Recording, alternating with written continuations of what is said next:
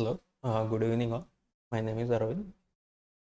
I have done my bachelor's degree in civil engineering from IIT Kanpur, and I am currently working as an assistant executive engineer in roads and buildings department of Andhra Pradesh, and I have secured an all India rank of 41 in GATE 2021 and an all India rank of 91 in GATE 2020, and I have cracked the APPSC examination, which I am currently working in.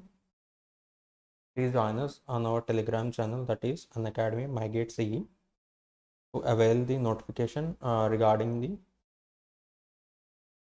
upcoming lectures on YouTube before your examination and the content material for the GATE preparation. And here are our Unacademy subscription packages. The first one is Plus subscription. Here you can get access to the live classes taught by the top educators, and there will be weekly tests to track your performance on the level of understanding and where you are lagging behind. And the courses were designed in a well structured manner, emphasizing to teach you from basics to the in-depth concepts. And there will be crash courses which will be specially designed to tackle the revision before the competitive examination. Here the subject will be taught in a very brief manner, so that you can cover your revision portion before the examination. And there will be rank improvement batches. Here you will be solving many number of questions to get to overcome the point of view of the examination, toughness of the examination, to get you familiarized with the atmosphere of the particular examination. And there will be unlimited access to all these. If you move to the bigger picture, that is iconic subscription, here you will be getting personal coach with whom you will have one-on-one interaction on your preparation strategy, and he will be your study planner. You can customize your study plan and you can track your performance.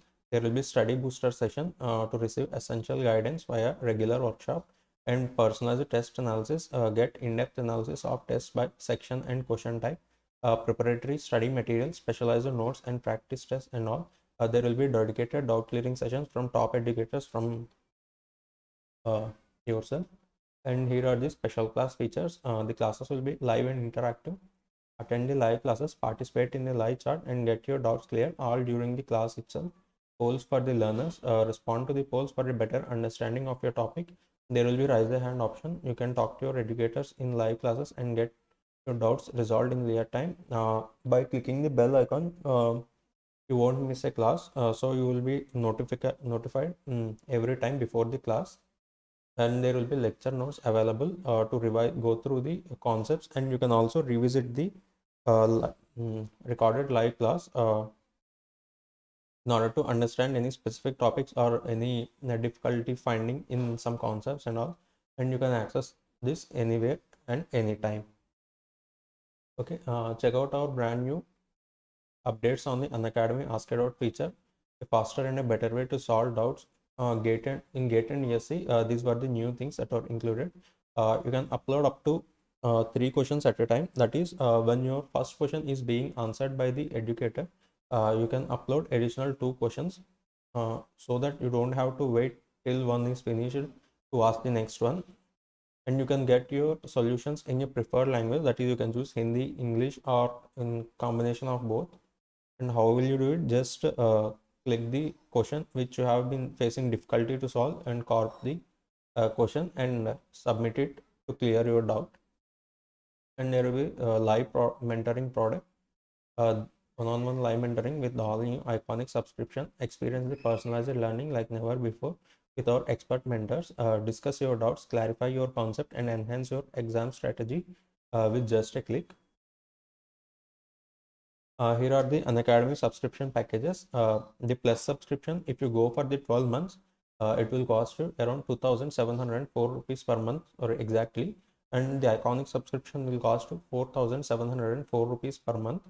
If you opt to go for the 24 months, suppose you are in your third year of the college, this will be the best for yourself, so that you can cover the syllabus in complete 1 year. Generally, जब आप शुरू करते हैं coaching में join होने के पहले, आपकी कॉलेज ख़त्म होती है जून या जुलाई में, एंड तब से आपके बैच शुरू होती है. एंड ईएससी का प्रीलिम्स जो होता है वो आपको जनवरी में पड़ेगा। सो आप जब भी कॉलेज के बाद फुल टाइम कोचिंग ज्वाइन करते हो तब आपको उधर 6 महीने में 6 महीने लगता है आपको सिलेबस कंप्लीट करने में। सो आपको रिवीजन के लिए उतना टाइम नहीं लगता है। अगर आप कॉलेज में पढ़ रहे हो तो या थर्ड ईयर या फोर्थ ईयर में आपको ये 2 ईयर सब्सक्रिप्शन बहुत ऑप्टिमल होगा, ताकि आप जब भी फ्री टाइम हो तब यूनिफॉर्मली कर सकते हो सिलेबस। आप एक साल यूनिफॉर्मली अटेंड किया है कोर्स को, आप सिलेबस खत्म कर सकते हो, एंड आपको एक साल और रिवीजन के लिए 6 महीने रिवीजन के लिए भी बचेगा। Okay, for 24 months, the plus subscription will cost you for 1,967 rupees per month, and the iconic subscription will cost you for 3,467 rupees per month. You can get a 10% discount by using code ARVD10. Okay, there were already the strategic session which were included in the special class Unacademy platform, which were free. And there is a new batch Arohan that has started for GATE and Engineering Services 2023. This is in the civil engineering perspective, and the course is taught in a bilingual language, that is Hindi and English. Code is batch U, and here are the top educators who were teaching this batch. Uh, this was started just around 2 weeks. You can still enroll it in that. It was started with the strength of materials by Shobhit Srivastava, uh, um, and at a daily session at 2:30 p.m. And one more important thing, there is All India Mock Test Series for GATE 2022 going on. You can complete your final revision for GATE with All India Mock Test for GATE 2022. Okay, this test was designed in such a manner that there will be total 5 tests from January 2nd to January 30th, that is on every Sunday. So the 5 tests were designed in such a manner that you can experience the GATE level toughness in the questions. And it will touch your all the concepts from the important topics and all. And this was created by the top educators to cover your entire syllabus. You can experience actually the real time atmosphere. एक computer online है, computer based है। आपको exam में भी gate का computer based ही होगा, आपको इतना डिफरेंस नहीं दिखेगा। And you can get the all India ranking. You can identify areas of improvement with detailed analysis and video solution. Okay, and एक और इम्पॉर्टेंट बात है, जो टेस्ट सीरीज है एब्सोल्युटली फ्री है, आप ज्वाइन कर सकते हो उसमें। मैं सजेस्ट करता हूँ आपकी जो जो किसी भी एग्ज़ाम का रिवीजन जो होता है that will be done in 2 phases. एक आपको नोट्स और थ्योरी आपको रिकॉल करना पड़ता है, एंड नेक्स्ट एक और इम्पॉर्टेंट बात, थ्योरी रिकॉल करोगे एंड नेक्स्ट उसका प्रीवियस ईयर जो भी क्वेश्चन है आप साथ साथ, मैं होप करता हूँ कि आप क्लास के साथ साथ प्रीवियस ईयर क्वेश्चंस भी अटेम्प्ट करते जाएंगे। उसमें आपको कुछ कुछ क्वेश्चन बच जाता है जो आप पहली बार में नहीं कर पाते हैं, एंड कुछ क्वेश्चन डाउट होता है, तो ऐसा क्वेश्चन को आप रिवाइज करना है। एंड नेक्स्ट स्टेप होता है, एक इम्पॉर्टेंट स्टेप है, that is the test series. इसमें आपको अंदाज़ा लगता है कि आप कहाँ कहाँ अनइंटेंशनल मिस्टेक्स कर रहे हैं।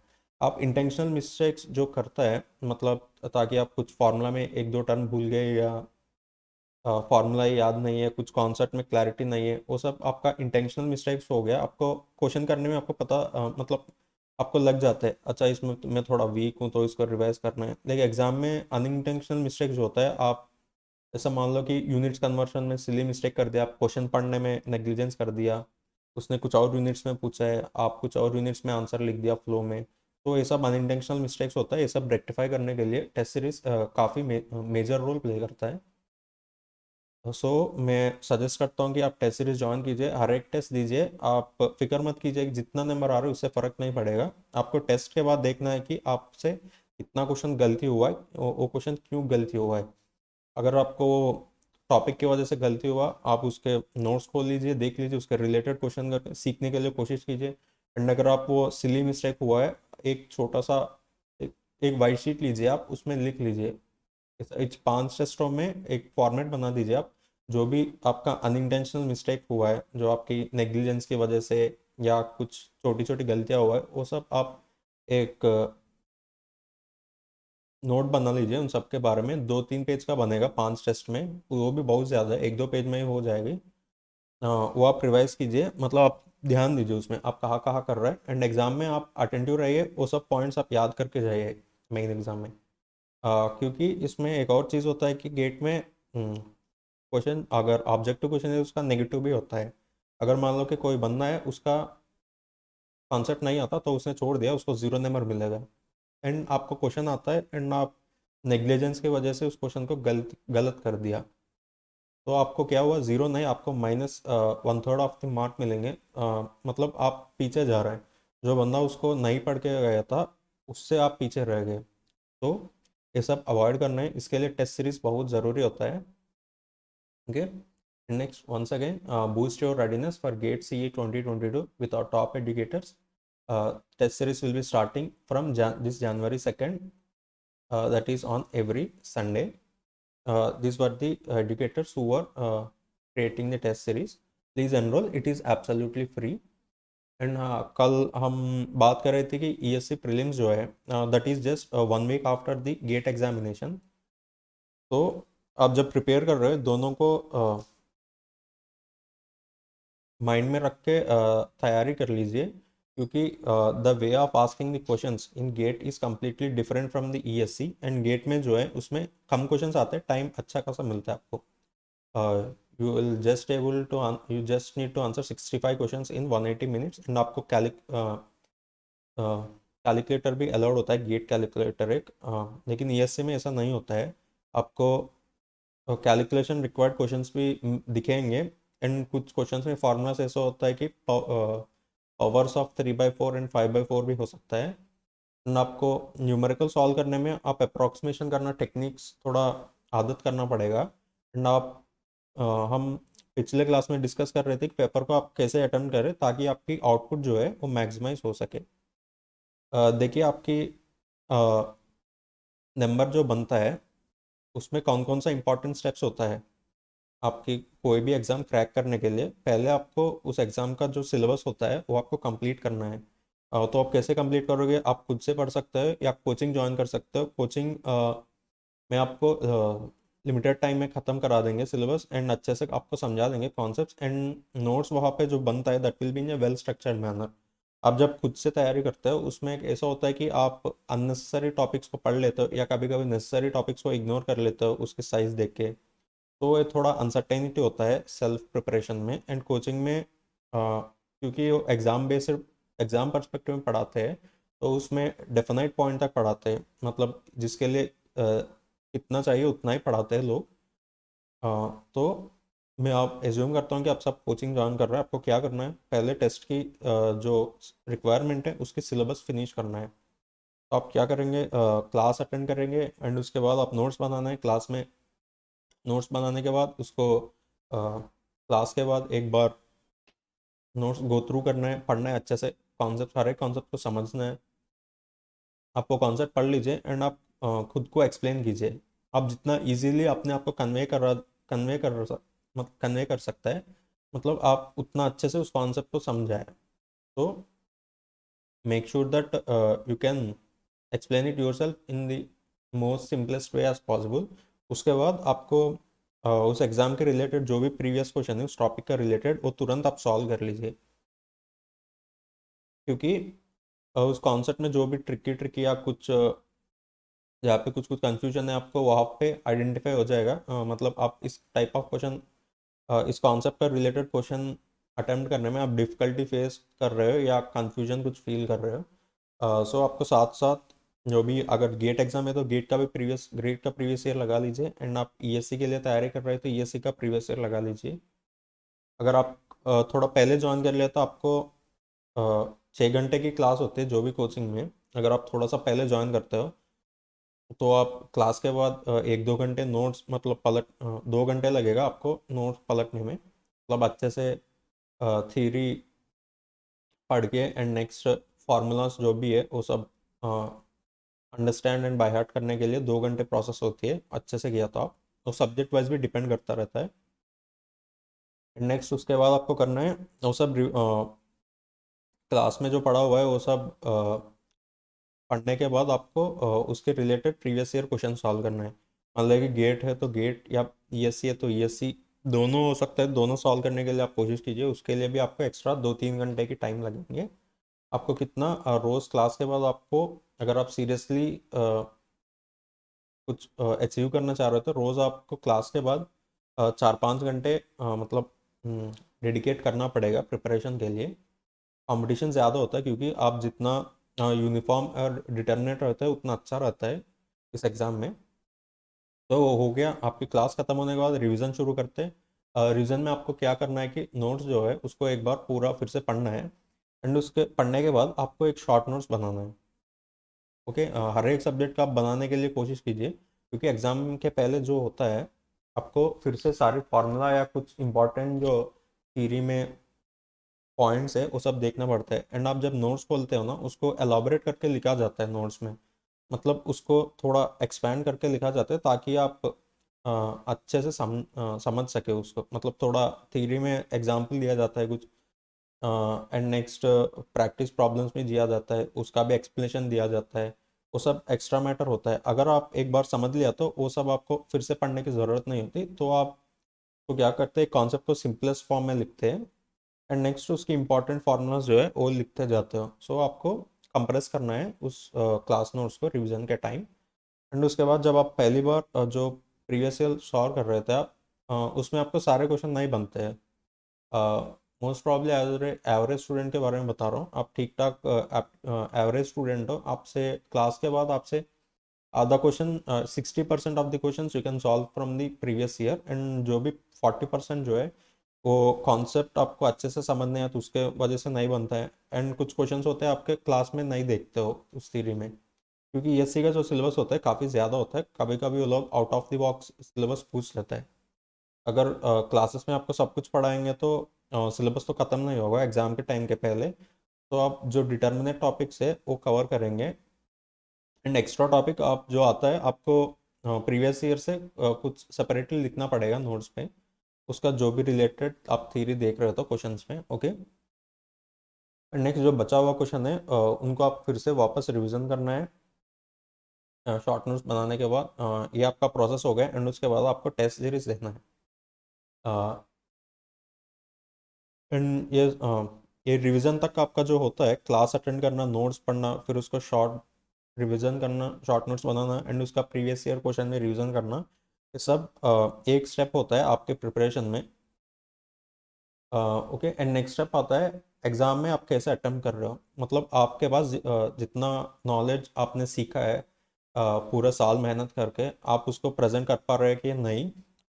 तो वो वाली आपको एग्ज़ाम में वो देखना पड़ेगा, क्योंकि आप इतना मेहनत करके गए हो लेकिन एग्ज़ाम में मतलब आप घबरा गए हो या कुछ क्वेश्चन में फंस गए हैं, उसके वजह से आपको पूरा पेपर अटेम्प्ट नहीं कर पाए, तो वो सब काफ़ी भारी पड़ सकता है। जो अच्छे से प्रिपेयर हुआ उनके लिए भी, मेरे साथ भी हुआ था ये पहली दो बार जब दिया था उस टाइम। तो आपको टेस्ट सीरीज में ये जो मेथड हमने कल कल से डिस्कस कर रहे हैं, आपको टेस्ट सीरीज में आप प्रैक्टिस कीजिए, एंड आपको चेक कीजिए। अ, मतलब प्रीवियसली जब आप, अगर मान लो कि बहुत लोग ऐसा करते हैं कि सीक्वेंशियली करते हैं, फर्स्ट क्वेश्चन से शुरू करते हैं लास्ट तक चले जाते हैं, एंड कुछ लोग होते हैं कि लास्ट क्वेश्चन से शुरू करके फर्स्ट तक चले जाते हैं। तो आपको वो नहीं करना है ईएससी की प्रीलिम्स में, क्योंकि आपके क्वेश्चंस होता है 150, एंड आपके टाइम है 180 मिनट्स। सो आपको ईच क्वेश्चन पर average 1 hour 12 seconds, 1 minute 12 seconds दिया जाता है एक एक क्वेश्चन के लिए। एंड इस एग्जाम में आपको कैलकुलेटर का भी अलाउड नहीं है। कुछ न्यूमेरिकल और जानबूझ के ऐसा देता है कि आप कर सके हो उस न्यूमेरिकल को, मतलब मान लो कि स्ट्रेंथ ऑफ मटेरियल्स में कुछ स्ट्रेस का दे दिया, प्रिंसिपल स्ट्रेस निकालने के लिए आपको फॉर्मूला आता है, आप तुरंत डाल देंगे उसमें, लेकिन उधर जो रूट है उसको आप अप्रॉक्सीमेट करके निकालना है, उसमें ही आपको क्वेश्चन सॉल्व करने में 2 मिनट लग जाएगा, उधर ही आप लैग कर रहे हैं।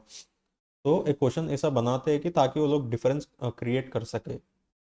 ओके, सो पेपर की जो अटेम्प्ट होता है, मतलब आपका जो तरीका होता है वो भी काफ़ी मैटर करता है। आपके आपके पास जितना नॉलेज है उससे ताकि उससे आपकी मैक्सिमम आउटपुट निकाले एग्जाम में। तो उसके लिए आपको क्या करना है, मैंने बोला था पहले आप पेपर रिसीव कर जब आप पेपर रिसीव करते हो आपको मतलब पूरा पेपर चेक करना है। अब मतलब सारा क्वेश्चन प्रिंटेड हुआ कि नहीं, कभी कभी हो सकता है कि गलत प्रिंट हो जाते हैं, अगर आप बीच में देखा तो आपका बहुत नुकसान हो जाएगा, मतलब वो लोग रिप्लेस कर देंगे लेकिन थोड़ा टाइम वेस्ट हो जाएगा, बोल रहे कि पहले क्यों नहीं बताया, एंड वो लोग एक्स्ट्रा टाइम भी नहीं देते। तो आपको पहला स्टेप करना है कि पेपर स्टार्ट से एंड तक हर एक क्वेश्चन को देखते जाना है। कई सब प्रिंट हुआ कि या कुछ प्रिंटिंग मिस्टेक नहीं हुआ ऐसा। उसके बाद आप क्या करना है, जब आप क्वेश्चन मतलब देखते जाते हो प्रिंट हुआ कि नहीं, आप उस टाइम क्या करना है, आपको ऑप्शंस देखना है। मतलब आपने ग्लांस किया क्वेश्चंस को एंड उसको ऑप्शन को भी ग्लांस कीजिए, अगर उस ऑप्शन में न्यूमेरिकल नहीं है तो आपको क्वेश्चन के साइड में कुछ मार्क कीजिए अपना, मतलब आपके नॉमेनक्लेचर के अकॉर्डिंग एक मार्क लगा लीजिए, ताकि वो मार्क ऐसा डिफाइन करे कि वो क्वेश्चन थियरिटिकल है। तो मैंने टीटी लिखा था बगल में। तो आप पूरा 150 क्वेश्चंस नोटिस करेंगे सारे प्रिंट हुआ कि या नहीं। उस 150 क्वेश्चन में आप जो जिस जिसके क्वेश्चन में ऑप्शन में न्यूमेरिकल नहीं है, उसके बगल में आप टीटी लिखते जाइए। ओके। एंड उसका ये प्रोसेस आपको आप पहली बार कर रहे थे, ये थोड़ा 10 मिनट लगेगा। एंड आप 2-3 टेस्ट सीरीज इसकी आदत पड़ जाएगी, उसके बाद आपको 5 मिनट में ये सब कर देंगे आप। उसके बाद आपको क्या करना है, आप खाली और जो टी क्वेश्चंस आप मार्क किया है थियरिटिकल, फर्स्ट आपको खाली वही क्वेश्चंस अटेम्प्ट करना है। ठीक है। आपको न्यूमेरिकल मत टच करना है, खाली आपको थ्योरी अटेम्प्ट करना है, क्योंकि ईएससी का प्रीलिम जो होता है उसमें 150 क्वेश्चंस हमने टोटल देख सकते हैं टेक्निकल पेपर में, उसमें आपको 80 to 90 क्वेश्चंस जो होते हैं वो थियरिटिकली होते हैं।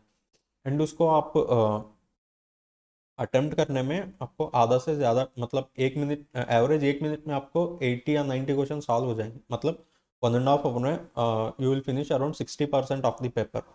एंड बाकी जो 1.5 आवर बचा हुआ है उसमें आपको खाली 60 या 65 क्वेश्चन सॉल्व करना पड़ता है, एंड आप ठंडे दिमाग से न्यूमेरिकल पिक कर सकते हैं। ओके। न्यूमेरिकल पिक करने का भी तरीका होता है, उसका भी लोग सिक्वेंशली कर देते हैं। आपको मतलब ऐसा सेल्फ कंट्रोल कुछ डेवलप करना है कि आप उस क्वेश्चन को स्किप कर सके। आपको क्वेश्चन आता है लेकिन उसमें फॉर्मूला यूज करना पड़ेगा। मान लो कि स्क्वायर रूट कुछ आ गया, पावर 10 कुछ आ गया, आप कर सकते हैं उस क्वेश्चन, आपको प्रोसेस पूरा पता है, लेकिन उसमें थोड़ा हल्का सा कैलकुलेशन आ गया, आपको उस ऐसा क्वेश्चंस को भी एक टिक करो, मतलब कुछ और नॉर्मल एक सिंबल लगा दो लेटर जैसा कुछ, एंड आप स्किप करो, क्योंकि न्यूमेरिकल जो 65 क्वेश्चंस बचा हुआ है उसमें भी 20 क्वेश्चन ऐसा होता है कि सिंपल से होते हैं। ओके। आपको पहले हर एक क्वेश्चन का आपको पढ़ना है न्यूमेरिकल का पहले थ्योरी होने के बाद। एंड जो आप आसान सा क्वेश्चन जब देखते हो, कुछ क्वेश्चन में ऐसा होता है कि स्पेसिफिकेशन पूछ लेते हैं, उसमें लिए आपको कुछ कैलकुलेट करने के या पेन यूज करने का जरूरत नहीं है, अगर आपका आंसर पता है तो सीधा टिक मार लेते हो एंड आप आगे बढ़ जाते हो। तो ऐसा आपको 20 क्वेश्चन दिखेंगे एंड आपको बाकी बचता है 40, अराउंड 40 या 45 क्वेश्चन बचता है, उसके लिए आपको पेन यूज करना है, कैलकुलेशन थोड़ा बहुत तो करना ही पड़ेगा। पेपर में तो मतलब 25-30 क्वेश्चन तो ऐसा होता है कि थोड़ा लंबा होता है या ट्रिकी होता है, मुश्किल भी होता है। बाकी जो बचा हुआ है 120 questions, which includes theory and simple numericals and some questions which you know, मतलब आप प्रीवियस ईयर सॉल्व करके गए हैं एंड आप वो क्वेश्चंस कर सकते, आपको 120 क्वेश्चंस आराम से कर सकते हैं। ओके। जो इसमें 120 क्वेश्चंस जो है उसमें से आपको बहुत एफिशिएंसी बनाना है। मैं मतलब ये भी नहीं एक्सपेक्ट कर सके कि आप 120 में 120 सही कर जाए, क्योंकि इसमें टाइम कम होती है, आप जल्दी करते करते एक दो हल्का सा मतलब थोड़ा बहुत सिली मिस्टेक्स तो कर लेते हैं। आपको पहली बार थोड़ा ज़्यादा होता है मिस्टेक्स, एंड आप जब टेस्ट सीरीज धीरे धीरे प्रोग्रेस करता जाएंगे तब तक वो कम होता जाता रहेगा। तो ओके, ये तरीका फॉलो करना है आपको। हम ये प्रैक्टिकली इधर देख रहे हैं, ये सी 2021 का प्रीलिम्स पेपर है। कल हमने काउंट किया था, थियरिटिकल क्वेश्चंस इसमें थे, इसमें है 87। ओके। सो हम क्या कर रहे थे, पहले हम खाली थियरिटिकल सॉल्व कर रहे हैं, हम कल 40th क्वेश्चन तक सॉल्व किया था। एंड उसके बाद देखते उसके बाद 150 तक जितना भी थियरिटिकल क्वेश्चन है पहले वो सॉल्व करेंगे, उसके बाद हम जाते हैं न्यूमेरिकल में। वो भी कैसे पिक करना है, कौन कौन सा सॉल्व करना है पहले, वो सब देखते हैं। ओके। तो अब हमने किया था टिल 40, एंड उसके बाद आपका थियरिटिकल क्वेश्चन मिला है 43 पे।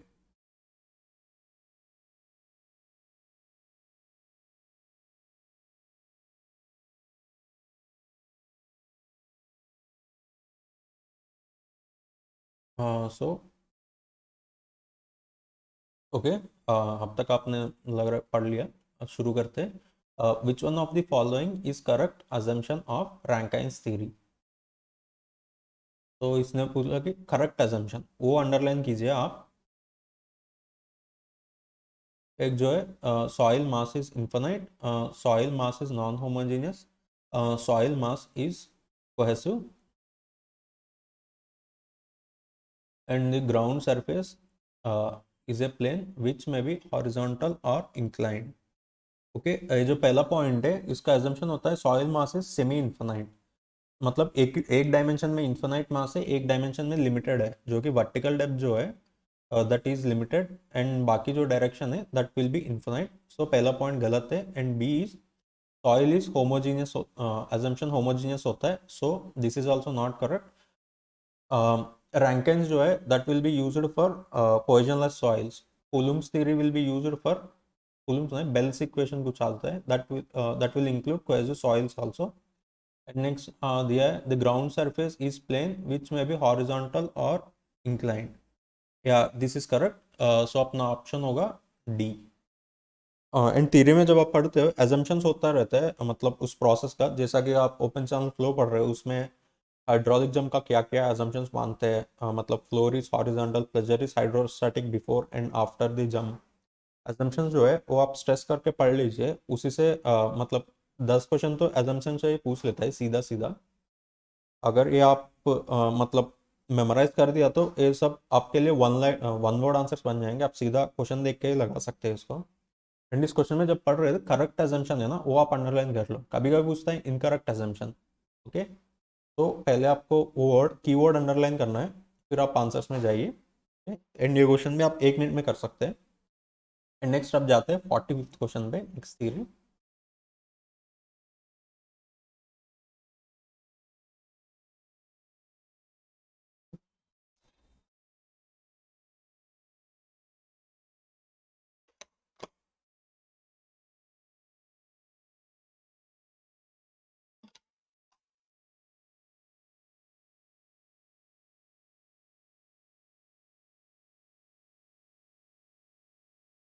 Okay, let's go through this. Consider the following steps related to the construction with the use of geotextile. Start with an adequate working surface and staging area. Lay geotextile sheet of proper width on the ground surface. Construction equipment must work from the soil backfill and kept off the unprotected geotextile. Okay, ये chapter आपके soil mechanics का है, जियो textile है। ये आपको जो ESC लेते हैं गेट के साथ साथ उनको थोड़ा लास्ट में पढ़ा देंगे एक्स्ट्रा ये सब कुछ। एंड इसमें कह रहा है कि which of the following steps are correct regarding the construction of geotextile. So पहले दिया इसने start with an adequate working surface and staging the area, पहला सही है। आप पहले limited working area working surface लेते, वहाँ पे काम शुरू करते, उसके बाद नेक्स्ट पे जाते हैं। And next lay a geotextile sheet of proper width on the ground surface. Yeah, A B सही है। And next third one is construction equipment must be kept from the soil backfill and be kept off from the unprotected geotextile. ये भी सही है, आपके equipment जो है that must be kept away from unprotected geotextile, मतलब कुछ इसके कांटेक्ट या कुछ फ्लो हुआ तो खराब हो जाएगा, तो थर्ड भी करेक्ट है। एंड आपका ऑप्शन हो जाएगा 1 2 एंड 3। अगर ये आप क्लास में इसको नोट कर दिया तो ये आप कर सकते हैं, बहुत लोग छोड़ देते हैं क्वेश्चन, कोई घबराने की ज़रूरत नहीं। आपको 87 क्वेश्चन है थ्योरी में, उसमें से आप 70 तो कर सकते हो, आप खाली क्लास नोट्स अच्छे से तैयारी करके गए एंड प्रीवियस ईयर आप अच्छे से करके गए। ओके, एंड एक और होता है, आप ऑब्जर्व कर रहे हो तो मोस्ट ऑफ द क्वेश्चंस जो होता है आपके कुछ कॉर्नर टॉपिक्स पे आ गया, जैसा जियो टेक्सटाइल है या वेल फाउंडेशन कुछ उस पे आ गया। जो भी ऐसा हर एक टॉपिक पे कॉर्नर कॉर्नर जो होता है एक्स्ट्रा टॉपिक्स, उसमें जब भी ऐसा 1 2 3 आंसर 1 एंड 2 2 एंड 3 ऐसा दिया तो आप अगर कम अटेम्प्ट कर रहे हो तो 1 2 3 लगा लीजिए। Most of the cases ESC prelims में ऐसा क्वेश्चंस का 1 2 3 होता है आंसर। ओके, आपके करेक्ट होने का बहुत अच्छा प्रोबेबिलिटी होता है। एंड नेक्स्ट अपना 45 हो गया। नेक्स्ट अपना थियरिटिकल है 48।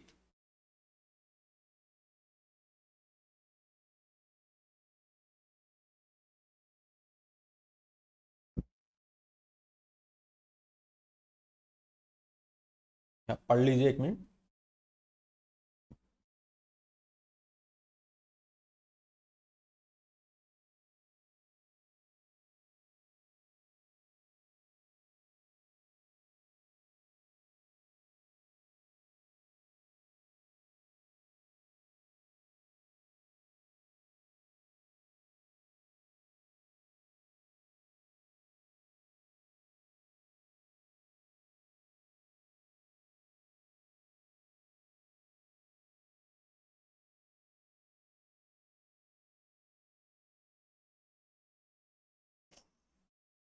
या ओके, इसमें कह रहा है कि which of the following problems is required to be studies in the design of earthen. Option A, the prediction of position of the line of seepage in longitudinal direction, and next the computation of seepage loss. The seepage line should cut the downstream slope. The seepage loss through the dam should be maximum. Option C और D इस question को relate ही नहीं कर रहे, तो उन दोनों को एलिमिनेट कर सकते हैं। एंड आपसे बचा हुआ कि ए एंड बी। इसमें एटन डैम का जनरल प्रॉब्लम होता है कि seepage losses. Okay, that is the main issue in the main down side of the earthen dam. So अपना computation of the seepage loss होता है, that will be the major problem will be facing in the construction of earthen dam. तो आपका option हो जाएगा B. Okay, ये भी हो गया। एंड नेक्स्ट अपना थ्री बचा है 49। हाँ,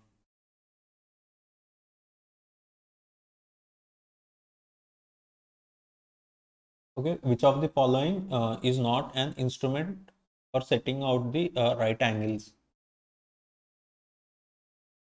क्रॉस स्ट्रैप यूज करते हैं, प्रिज्म स्क्वायर यूज करते हैं। एंड साइड स्क्वायर के बारे में मुझे भी आइडिया नहीं, लेकिन ऑप्टिकल स्ट्रैप जो होता है that will not be use for setting the right angle. So D will be the option. आप दो तरीके से आंसर सॉल्व कर सकते हैं वैसे थियरिटिकल क्वेश्चन को। एक एलिमिनेशन जो है उसको वो आप सीखना चाहिए, एलिमिनेशन मेथड। वो क्या होता है कि आपको जहाँ इनसफिश मतलब आप श्योर शॉट पे नहीं कह सकते, जब आप most of the questions you will get into a case where you will be left with two options। मतलब आप कह सकते हैं कि जो दो ऑप्शन बचा होता है उनमें से एक सही है, तो उस टाइम आपको क्या करना है, कुछ भी मार्क कर देना है, क्योंकि ये सी जो है इसमें क्वेश्चंस आपको जितना ज़्यादा अटेम्प्ट करते हो उतना ज़्यादा स्कोरिंग रहता है। ऐसा मत अटेम्प्ट करिए कि आपको तीन चार ऑप्शन में एक मत चूज करना, वो बहुत रिस्की है। जब आप दो ऑप्शन पे एनकाउंटर करेंगे तब आप उस क्वेश्चन को लगा लीजिए, क्योंकि मान लो कि आपको ऐसा क्वेश्चंस दो एनकाउंटर हुआ है, उसमें आपको नेगेटिव मार्क्स आने की प्रोबेबिलिटी होता है 25%, एंड पॉजिटिव मार्क्स आने की प्रोबेबिलिटी होता है 75%। ओके, अब खाली एक क्वेश्चन देख लीजिए, उसमें क्या है 50-50 आंसर है। अगर आपका सही हो गया, एक कोई भी ऑप्शन सही होने के लिए 50% प्रॉबिलिटी है, मतलब आपका पॉजिटिव मार्क्स होने के लिए 50 एंड नेगेटिव मार्क्स पाने के लिए 50। ऐसा आपको दो एक और क्वेश्चन मिल गया। तो अब दोनों मिला के देखते हैं, positive marks and negative marks. आप उन दोनों क्वेश्चन को छोड़ के गए तो जीरो मिलेंगे। मान लो कि आप दोनों को मार्क कर दिया, and for suppose case one आपका दोनों सही हो गया। ओके, एंड नेक्स्ट एक हो सकता है दोनों सही है, एंड नेक्स्ट एक हो सकता है एक क्वेश्चन गलत एक क्वेश्चन सही। ऐसा टू इस टाइप का अकरेंस जो होता है one wrong and one correct, two types का होता है, क्योंकि question one can be wrong, question two is correct, and question one is correct, question two is wrong. So यहाँ पे टोटल थ्री हो गया। एंड फोर्थ वर्स्ट केस होता है both the questions are wrong. Okay, तो ये चारों होने की इक्वल प्रोबेबिलिटी है, क्योंकि आप रैंडमली पिक कर रहे हैं टू ऑप्शंस में। तो each corresponds to one fourth of the probability. तो आपको नेगेटिव मार्क्स लेने के लिए दोनों क्वेश्चन गलत होना चाहिए, एंड आपको पॉजिटिव नंबर लाने के लिए कोई भी एक सही हो गया तो आपको पॉजिटिव नंबर मिलेंगे, क्योंकि करेक्ट क्वेश्चन का आपको नंबर मिलता है +2, एंड रॉन्ग क्वेश्चन का आपको मिलेगा -1/2। सो टोटल आपका हो गया 1.33 मार्क्स। तो आपको पॉजिट मिनिमम 1.33 मिनिमम 1.33 75% प्रॉबिलिटी होता है। मतलब आप जितना ज़्यादा ऐसा क्वेश्चन अटेम्प्ट करते जाएंगे उतना ज़्यादा प्रॉबिलिटी होता है पॉजिटिव मार्क्स लाने के लिए। क्योंकि आप सब ये सब क्वेश्चन छोड़ के गए तो आपको ज़ीरो आएंगे। तो मैं सजेस्ट करता हूँ कि जो 50-50 ऑप्शन में आप स्टक हो जाते हैं उनको अटेम्प्ट कीजिए। अब जो भी, अगर आपके पास कॉइन है तो टॉस कीजिए, या कुछ राइम है तो दो फिंगर चूज कीजिए, उन दोनों को मतलब राइम गाते गाते जहाँ आपका फिंगर रुक जाता है उसको मार के जैसा रैंडमली कर लीजिए। ओके, 49 हो गया। नेक्स्ट चलते हैं 50 पे।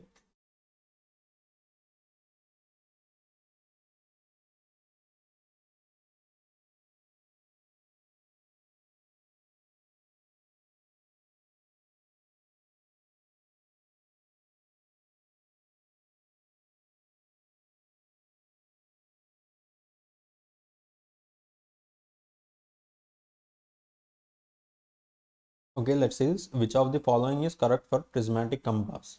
तो आपको पहले क्वेश्चन पढ़ के अंडरलाइन करना है कि करेक्ट एंड प्रिज्मेटिक कंपास, ये दो वर्ड्स को अंडरलाइन करना है। जब आपको वापस क्वेश्चन पढ़ने की ज़रूरत पड़ी तो आप खाली दोनों वर्ड को देखना है, करेक्ट एंड प्रिज्मेटिक कंपास। तो वहाँ से आपका सीधा आंसर पे चले जाइए। तो पढ़ते हैं कि the graduated ring rotates with line of site, एक गलत है क्योंकि प्रिज्मेटिक कंपास जो है इसके रिंग फिक्स्ड होते हैं। And next, instrument can not be used without A tripod, ये भी फॉल्स है। सर्वेयर कंपास के लिए ट्राइपॉड की ज़रूरत पड़ती है, प्रिज्मेटिक कंपास के लिए नहीं है, नहीं ज़रूरत पड़ती। Next, the graduations are engraved as inverted, yes this is absolutely correct. Graduations जो होता है होल सर्किल वैल्यूज होता है, but those will be inverted, मतलब नॉर्थ का रीडिंग साउथ में दिखेगा, ईस्ट का रीडिंग वेस्ट में दिखेगा। ओके, तो option C is correct. Okay, अब 50 हो गया। आप देख लीजिए, हाँ, हम जब ये क्वेश्चन सॉल्व कर रहे हैं आपको जितना टाइम लग रहा है, मगर आप उस थ्योरी को पढ़ के गए हैं, आप क्वेश्चन पढ़ लिया, अगर आपको याद है तो तुरंत मार्क कर देंगे क्वेश्चन को, तो आप इजीली नेक्स्ट क्वेश्चन में जा सकते हैं।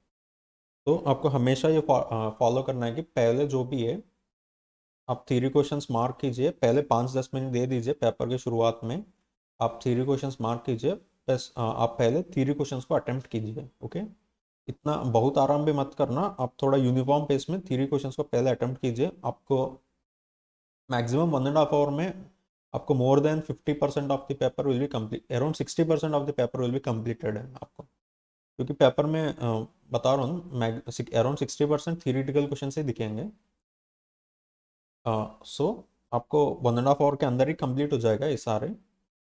एंड आपको जो न्यूमेरिकल करना है उनके लिए आपको अराउंड 60 क्वेश्चंस कुछ करना है, तो उसके लिए आपको 90 मिनट्स बचेगा, तो आप आराम से कर सकते हो क्वेश्चन। तो 50 हो गया। नेक्स्ट अपना थियरिटिकल क्वेश्चन है 51। एक मिनट से इसको भी पढ़ लीजिए, उसके बाद शुरू करते हैं।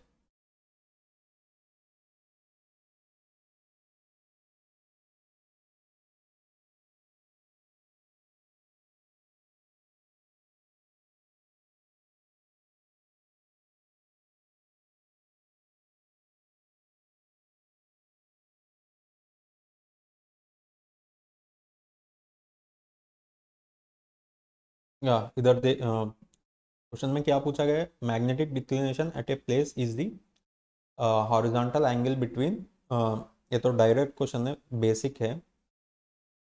It is between the true bearing and the magnetic bearing. If the inclination is towards the east, then true bearing is equal to magnetic bearing plus east.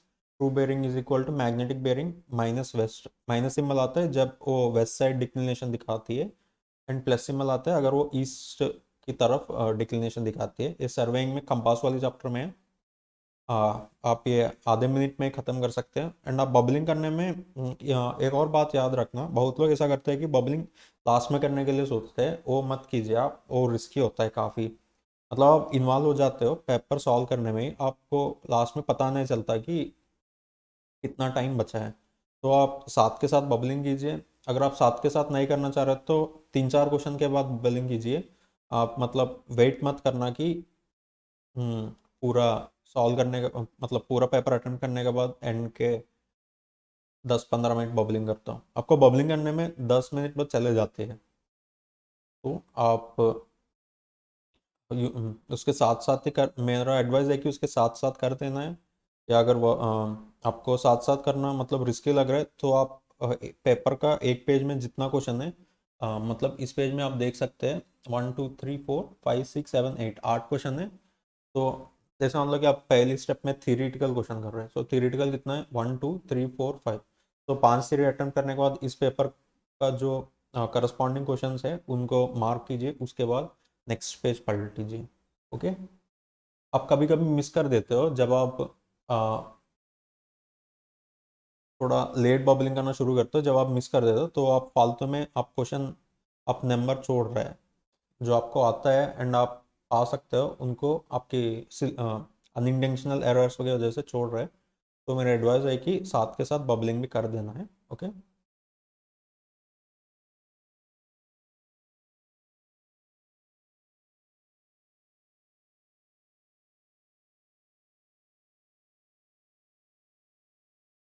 Next अपना थियरिटिकल क्वेश्चन है 53। इसने कह रहा है कि जेनिथ इज दी, अगर आप astronomy छोड़ के जाते हैं लोग, इसमें बेसिक बेसिक डेफिनेशन आप पढ़ लीजिए। जेनिथ एंड नाडिर जो है वो सबसे इंट्रोडक्शरी में पढ़ा जाता है। जेनिथ जो है that will be the top most point of the projection, and nadir will be the bottom most point on the celestial sphere. Okay. तो यहाँ पे देख लीजिए, ऑप्शन ये है, the point on the upper portion of the celestial sphere marked by the plumb line from the observer. ये सही है, ऑप्शन ये सही है, आप मार्क कीजिए। एंड एक और बात है, आप मान लो कि इस क्वेश्चन में पढ़ लिया है, लेकिन एंड ऑप्शन में आपको पता चल गया ए इज द आंसर, आप सीधा बबल कीजिए, एंड आपको बी सी डी मत पढ़ना, फालतू का टाइम वेस्ट है। क्योंकि लोग बहुत ऐसा करते हैं कि बाकी भी पढ़ लेते हैं, आंसर आ गया, वो लोग देखना चाह रहे थे इसने बाकी ऑप्शन में क्या दे दिया है, ऐसा कुछ गलत होने का, गलत हो बाकी गलत जो हो सकता है तीन, ऐसा क्या दे दिया इसने, तो वो लोग पढ़े जाते हैं, उसमें आपको 10-15 सेकंड चले जाएंगे। ऐसा आप 20 क्वेश्चन में किया तो वह है आपका कितना हो गया, 3 मिनट वेस्ट हो गया। तो वो मत कीजिए, ये सब आपको आदतें बनाना है। एक ऐसा बनेगा जब आप टेस्ट सीरीज करते हो, ये मेथड आप धीरे धीरे इन्वॉल्वमेंट मतलब प्रैक्टिस कीजिए, आपकी ऑप्टिमाइज हो जाए, जितना आप पढ़ के जा रहे हैं एग्जाम में वो सब आप अटेम्प्ट कर सके।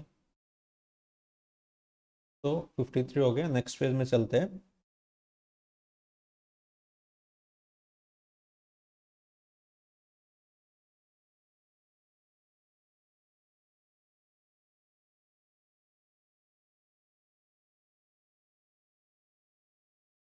इसमें क्वेश्चन दिया है 54th।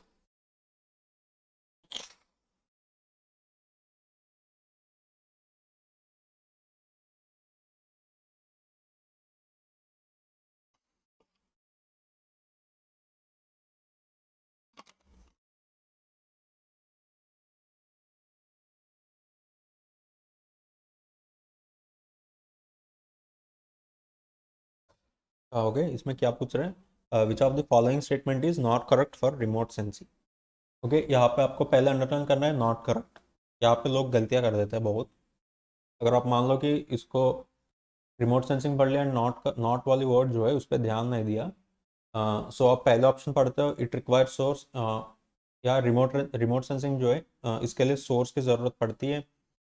ओके, सो आप तुरंत ये लगा के आप आगे निकल जाते हो, तो आपका इधर +2 की वजह से -2/3 हो गया। आप यहाँ पे टू, खाली 2 नंबर नहीं 2.67 नंबर लैग कर रहे हैं नेगेटिव की वजह से। तो आप जो है, जो भी करेक्ट या इनकरेक्ट पूछता है उनको पहले अंडरलाइन कीजिए, एंड उसके बाद क्वेश्चन में आगे बढ़ लीजिए।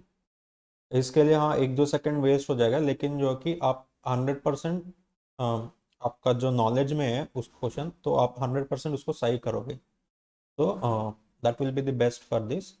हाँ। ओके, ऑप्शंस क्या क्या है, it requires energy source, yes correct है। It requires propagation of energy through atmosphere, yes एक मीडियम चाहिए एनर्जी प्रोपगेट करने के लिए, B option is also correct. It requires energy interaction with earth surface features, yes जो features हम scan कर रहे हैं उनका इंटरेक्शन होना चाहिए, ये भी करेक्ट है। And next, it requires absorption of energy by the earth surface, ये गलत है. It requires reflection of the energy by the earth surface. Energy जब रिलीज होगी तो वापस रिफ्लेक्ट होके वापस आएगी, पूरा नहीं आएगा. तो some percentage will be reflected and coming back. Based on the phase differences we will identify the features of the object. So D जो है that is wrong. It requires reflection of energy by the earth surface. तो अपना option D होगा. Okay. Next theoretical question है 55.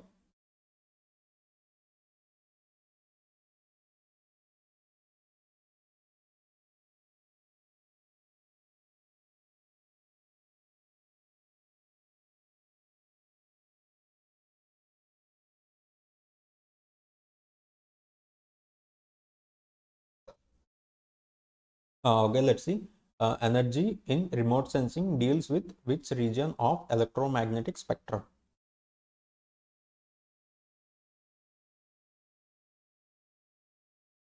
ये तो direct answer है. Electromagnetic spectrum में that corresponds to the remote sensing with which electromagnetic corresponds is infrared region. Okay. X rays and gamma rays जो है वो यूज़ नहीं कर. अल्ट्रावायलेट, ये तीनों हार्मफुल है ह्यूमंस के लिए. आप जनरली इसको लगा सकते हो आराम से इंफ्रारेड की वजह से. ओके. अगर आप उस चैप्टर को पढ़ा है, ये तो बेसिक डेफिनेशन होता है इसका. Electromagnetic spectrum corresponds to infrared.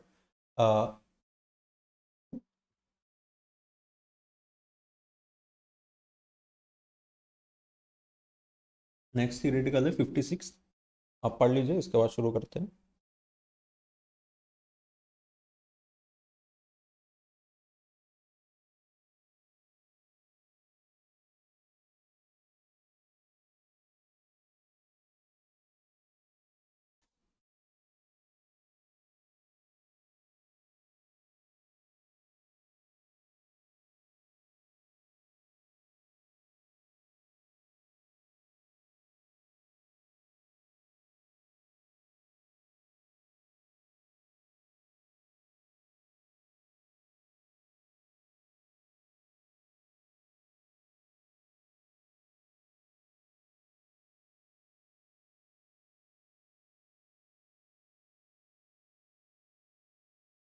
Yeah, okay, let's see.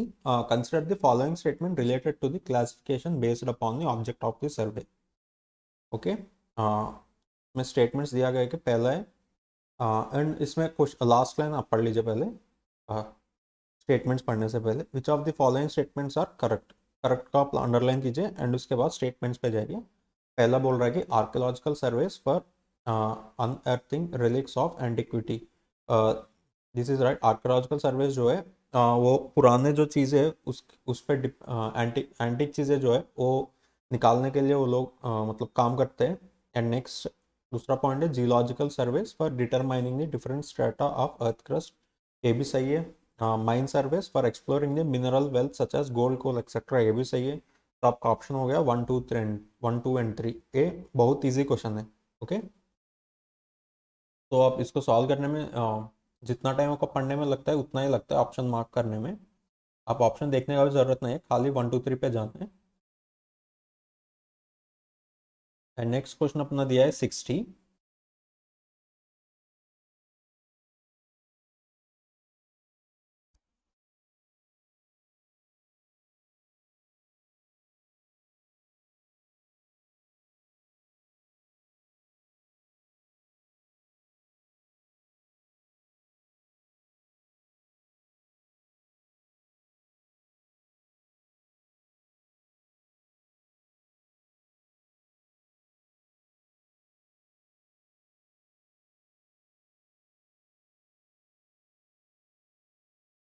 Okay, let's go through this. Which one of the following conditions shall be fulfilled when a transition curve is inserted between the tangent and circular curve? Okay, पूछ रहे हैं. Okay. तो transition curve and circular curve join करने के लिए उसके क्या क्या कंडीशंस फॉलो करते हैं. ओके. फुलफिल करना चाहिए. Okay. First option is it should not meet the original straight tangentially. ये गलत है. टेंजेंशियली मीट होना चाहिए. It should not meet the circular curve tangentially. ये भी गलत है. ट्रांजिशन कर्व जो होता है ऐसा बनाते हैं कि हर एक जगह पे जो पॉइंट है वो टेंजेंशियल होता है प्रीवियस पॉइंट के थ्रू। तो straight line to curve portion के बीच में प्रोवाइड सर्किल पोर्शन के बीच कनेक्टिंग करते हैं ट्रांजिशन कर्व, ताकि हर एक पॉइंट टेंजेंशियल हो हर एक शेप के लिए। ओके, मतलब यूनिफॉर्मली अब कर्वेचर प्रोवाइड कर रहा है। Next, its radius at the junction with the circular curve should be same as that of the circular curve. ये सही है, क्योंकि इफ यहाँ पे आप देख सकते हैं ट्रांजिशन कर्व जो है that is tangential to at the junction of circle curve. तो सर्किल का रेडियस जो होगा ट्रांजिशन कर्व का भी उस पॉइंट पे उतना ही होगा। सो सी इज करेक्ट। तो आप सी मार्क कीजिए एंड आप डी पढ़ने का जरूरत नहीं है, आप सीधा अगले क्वेश्चन पे जाइए।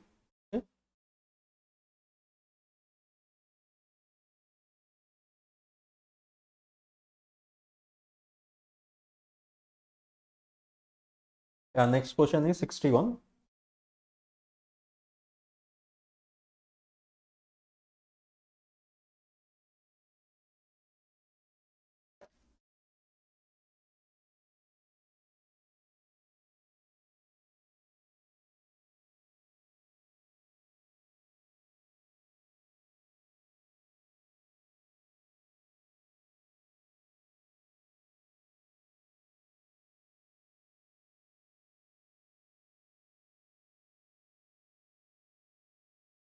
Yeah, okay, let's see. Consider the following statements related to road payments. Okay, statements दिया है एंड इसने क्या पूछा है, पहले आप लास्ट लाइन पे जाइए, देखिए which of the above statements are not correct.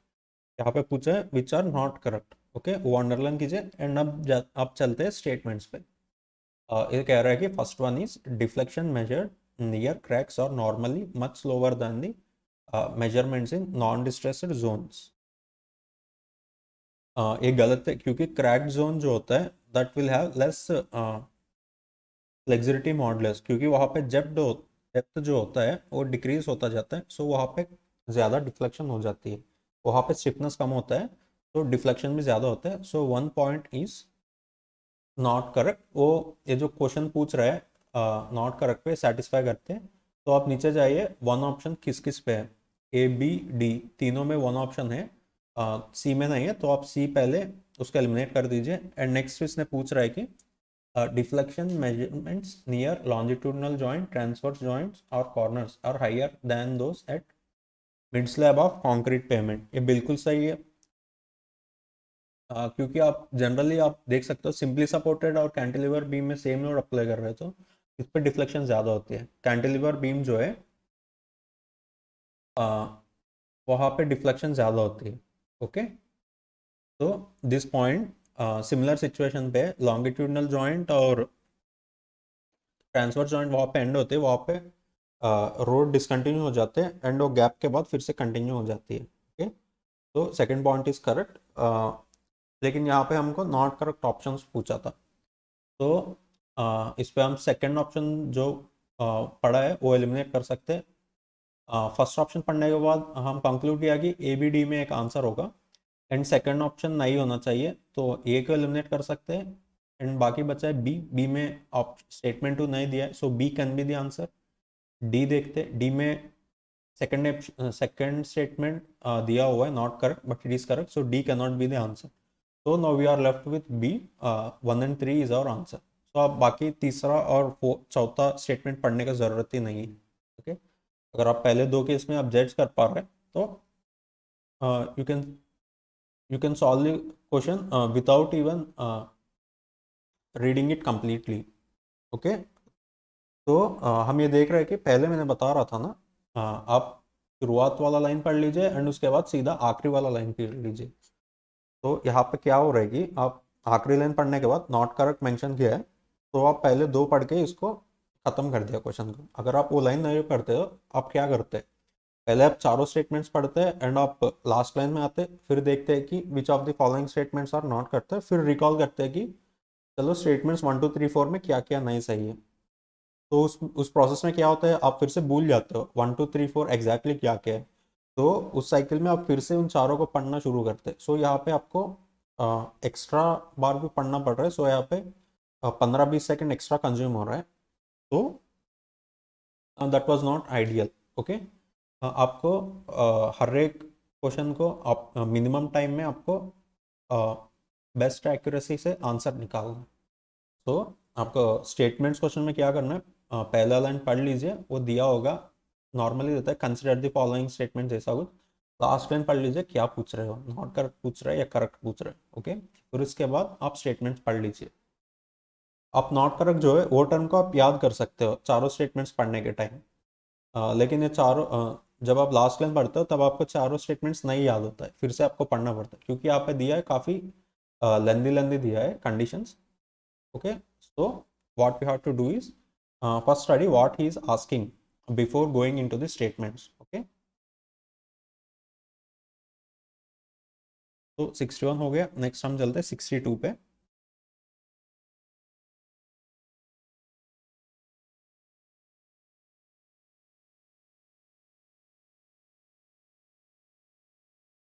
Which of the following tunneling methods is adopted for situations where metro alignment passes under residential buildings or a canal?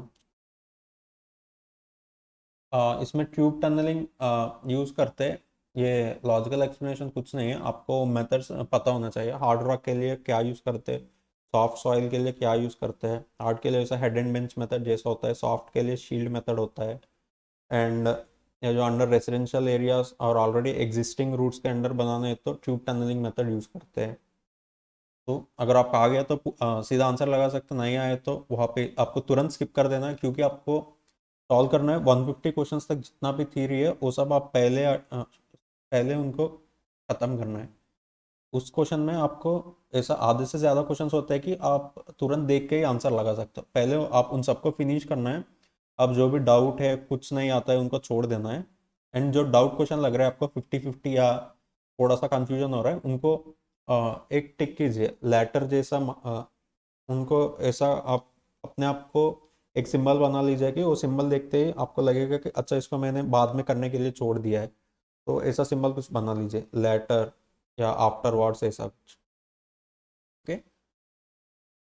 62 हो गया, नेक्स्ट आया अपना 63।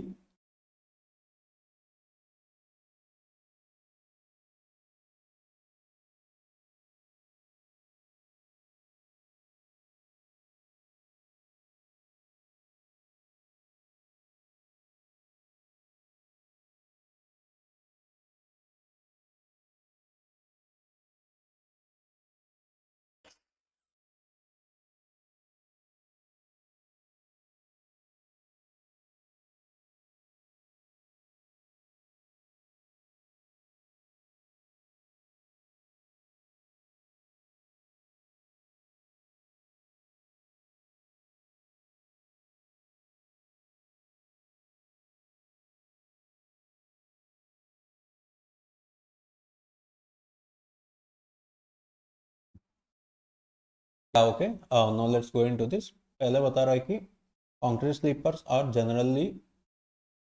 Generally भी mass produced using local resources. नहीं है, mass production के लिए आपको कुछ एक्स्ट्रा लेने की ज़रूरत पड़ती है। Next, concrete sleepers are not suitable for, तो पहले वन ऑप्शन जो है उनको एलिमिनेट कर देते हैं। ए बी सी डी में ए एंड बी जो है उसमें वन ऑप्शन है दिया हुआ है, सो उनको एलिमिनेट कर दे। Now we are left with C and D. Next जो पूछ रहे हैं, concrete sleepers are not suitable for beater packing. इसके इसका मुझे कुछ आइडिया नहीं है इस पॉइंट, इस स्टेटमेंट का।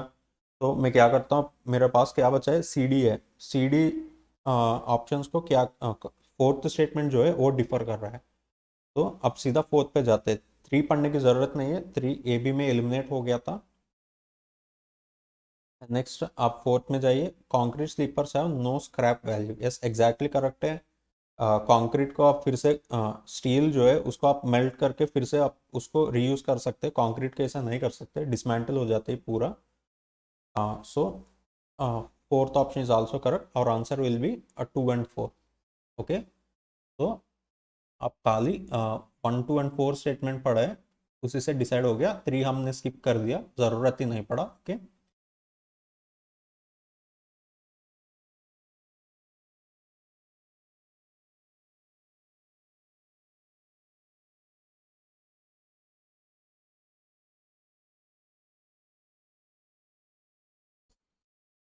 Okay, now 64. Which of the following is not the method of tunneling in hard rock? Full face method, yes, this is used for tunneling. Heading and bench method, this is used for tunneling. Heading and bench में क्या करते हैं, पहले upper half of the tunnel जो होता है उसको डिग करते हैं, वहाँ पे डायनामाइट लगाते हैं, फिर उसको ब्लास्ट करते हैं, फिर ऐसा एल शेप्ड में करता जाते हैं, अंदर जाते हैं. Drift method, this is also used in hard rock. Shaft method जो है, this is used for soft rock. So D will be the answer. Tunnelling जो एक्स्ट्रा सिलेबस जो है, harbour port tunnelling and railway tunnelling का कुछ थोड़ा सा होता है मटेरियल, मतलब एक सॉफ्ट रॉक और हार्ड रॉक के लिए कौन कौन से मेथड्स होता है उनके लिए आपको पढ़ना है. बस 2 पेज का होगा, बस आपको वो पढ़ने में हो जाएगा. And now next let's go into the next question, that is 65.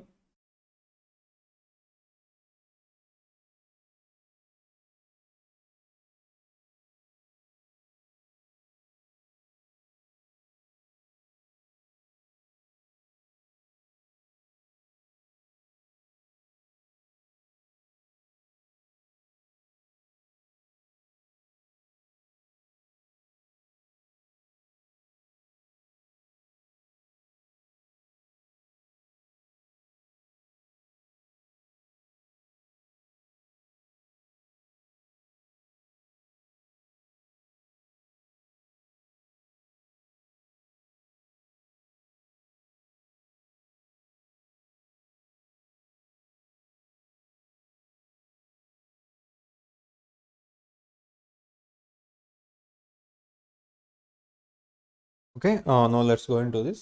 Consider the following statements related to the advantages of uniformity of rail gauges.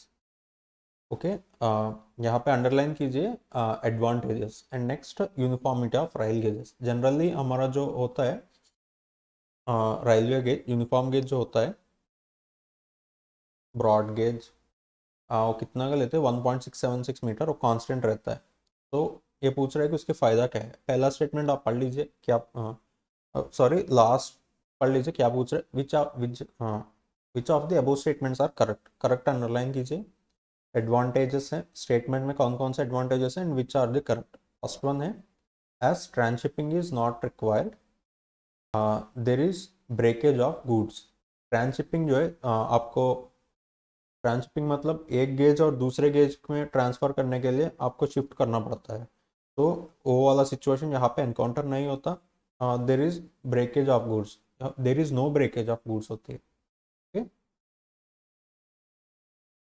यहाँ यहाँ पे दिया है there is breakage of goods, but uniform rail gauge होता है उसमें breakage of goods की ज़रूरत नहीं होती, क्योंकि जो पाथ जो है रेल का वो सेम रहता है. सो आपको ये गुड्स को दूसरे में ट्रांसफ़र करने की ज़रूरत नहीं है. तो ऑप्शन 1 जो है वो गलत है. तो आप सीधा आंसर्स पे जाइए, उसमें देख लीजिए कि किस किस में ऑप्शन 1 है, उनको एलिमिनेट कर लीजिए. ए में ऑप्शन 1 है, वो एलिमिनेट हो गया. सी में ऑप्शन 1 है, वो एलिमिनेट हो गया. डी में ऑप्शन 1 है, वो एलिमिनेट हो गया. एंड आप बचा हुआ है option 2 and 3. Statement 2 and 3 are only, that is option B. So आप आंसर बी टिक कीजिए एंड नेक्स्ट आगे बढ़ते हैं. तो आप इसमें अब सेकंड एंड 3 स्टेटमेंट जो है देखने का ज़रूरत ही नहीं है. इसमें आप बिना इसी का बिना आइडिया के ही लगा सकते हैं कुछ. मतलब जनरल सेंस में पूछ लिया था, uniformity of rail gauge. Rail gauges जो है और यूनिफॉर्मली प्रोवाइड, मतलब मान लो कि ब्रॉड गेज जो है वो यूनिफॉर्मली प्रोवाइड कर दिया, उसमें ट्रांसशिपिंग इज नॉट रिक्वायर्ड, मतलब गुड्स उसको एक गेज से दूसरे गेज में बदलने की ज़रूरत नहीं होती, क्योंकि ट्रैक जो है सेम लेंथ में है. तो there will be no breakage of goods. यहाँ पे दिया है there is breakage of goods. तो ये जनरल सेंस में करेक्ट नहीं है, सो इसको एलिमिनेट कर देंगे सीधा. इसके लिए हमको सब्जेक्ट नॉलेज की ज़रूरत ही नहीं है कुछ. Okay, and we will move to the next page.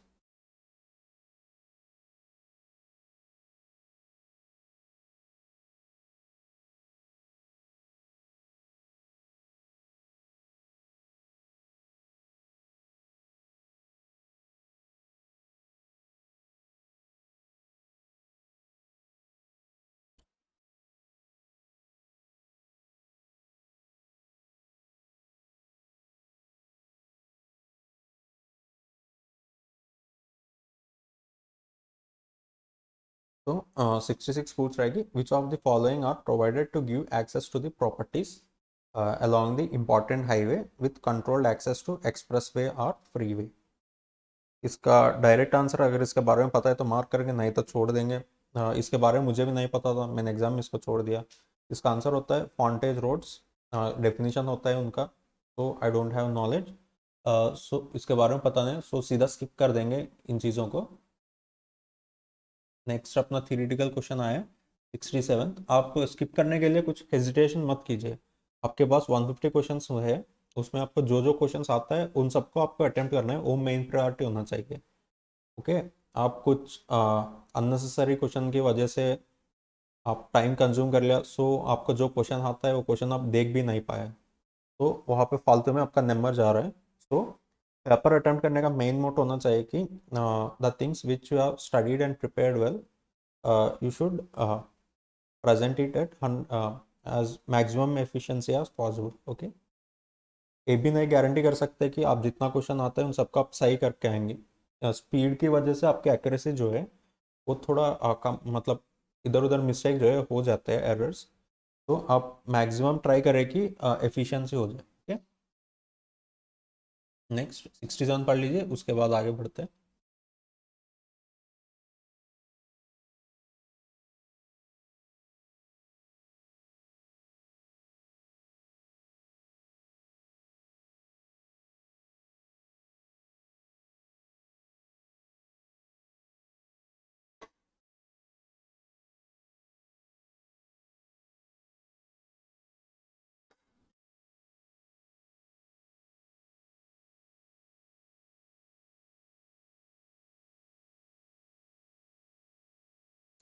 Yeah, okay, let's see. When properly designed traffic signals are used, which one of the following is the advantage of traffic signals? Okay, यहाँ पे दिया है properly design traffic signals, वो underline करना है। Next आपको करना है एडवांटेज। ओके, उनके एडवांटेज पूछ रहे हैं। ओके, सो ऑप्शन ये देखते हैं। The signals allow crossing of heavy traffic flow with safety. Absolutely सही है, सिग्नल जो है वो वेल डिजाइन किया हुआ है, एंड उसके लिए क्या होता है, सेफ्टी तो बनेगी हर टाइप के व्हीकल के लिए, तो ये ऑप्शन करेक्ट है। आप बी सी डी पढ़ने की ज़रूरत नहीं है, आप सीधे उसको टिक कीजिए, मार्क कीजिए, आगे बढ़िए। ओके, कुछ क्वेश्चन ऐसा होता है कि बहुत सिंपल सा क्वेश्चन पूछता है, आपको पेपर इस तरीके अटेम्प्ट करने से क्या होता है कि वो जो सिंपल सिंपल क्वेश्चन है, मान लो कि आप 20 क्वेश्चन ऐसा 15-20 क्वेश्चन बहुत सिंपल पूछा है, बेसिक जनरल सेंस से पूछ लिया है, तो कभी कभी कुछ सेट में ऐसा होता है कि ये सारे क्वेश्चंस जो है ना वो आखिरी में दिखते हैं आपको।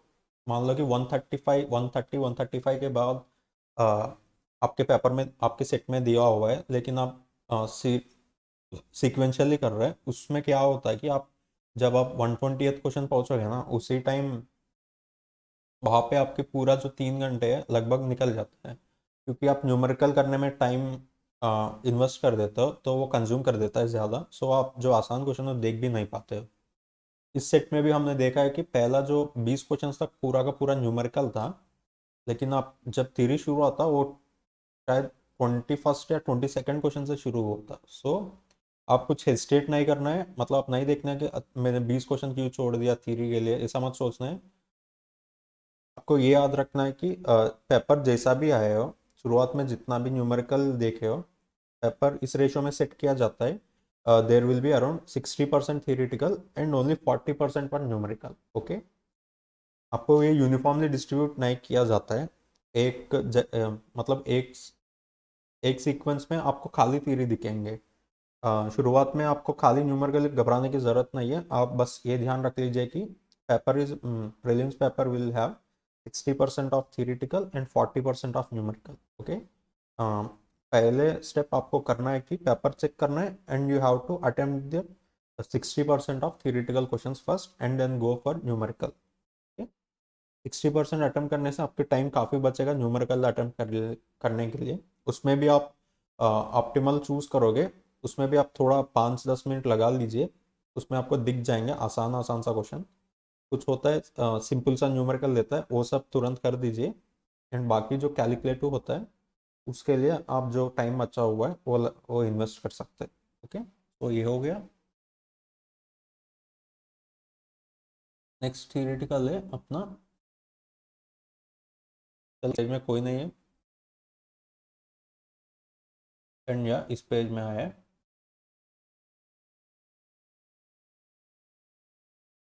ओके, नेक्स्ट 73 पढ़ लीजिए आप।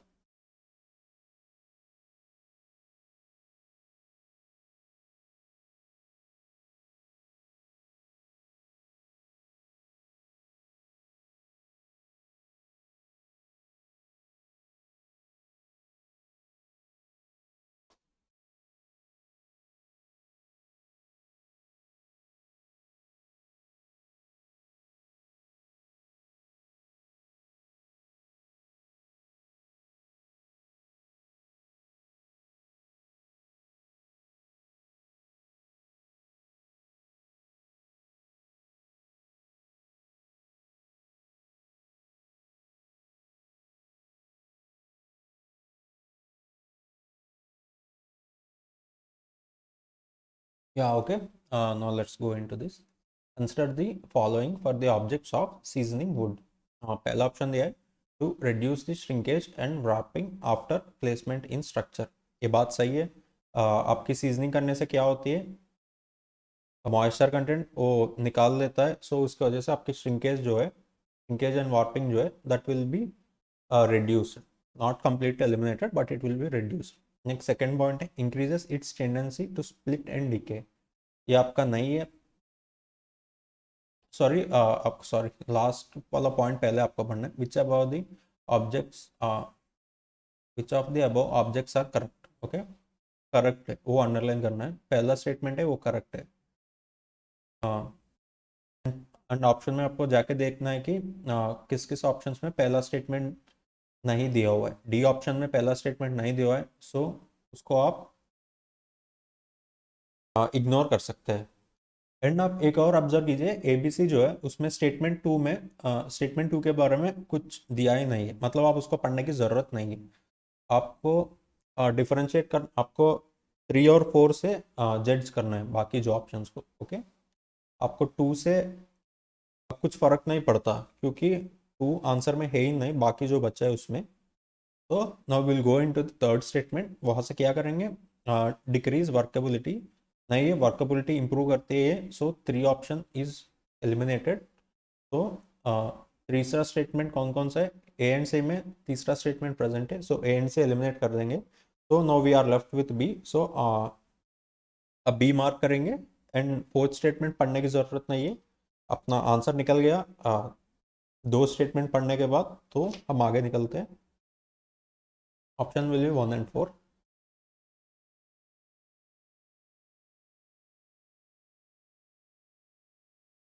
74 एक डायरेक्ट क्वेश्चन है। Hardness of the aggregate is tested by abrasion test. Okay, impact test जो है टफनेस डिफाइन करते हैं, crushing strength test that will be for strength, soundness test is for soluble matter, aberration test is for hardness।